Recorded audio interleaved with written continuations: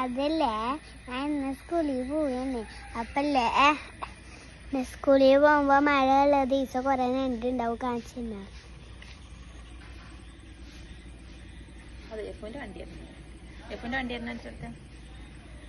പിന്നെ ഇതാ ജഫിന്റെ വണ്ടി.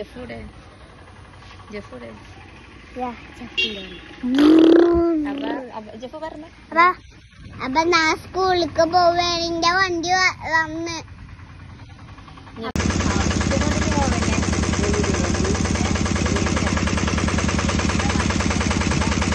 അതിന്റെ ബാഗാണ്.